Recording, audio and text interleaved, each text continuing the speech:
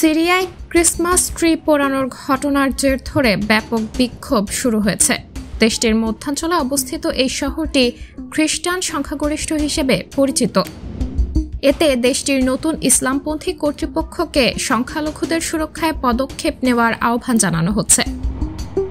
সিরিয়ার সুকাইলাবিয়াহ শহরের প্রধান চত্বরে ক্রিসমাস ট্রিতে আগুন দেওয়ার একটি ভিডিও সামাজিক যোগাযোগ মাধ্যমে পোস্ট করা হয়েছে।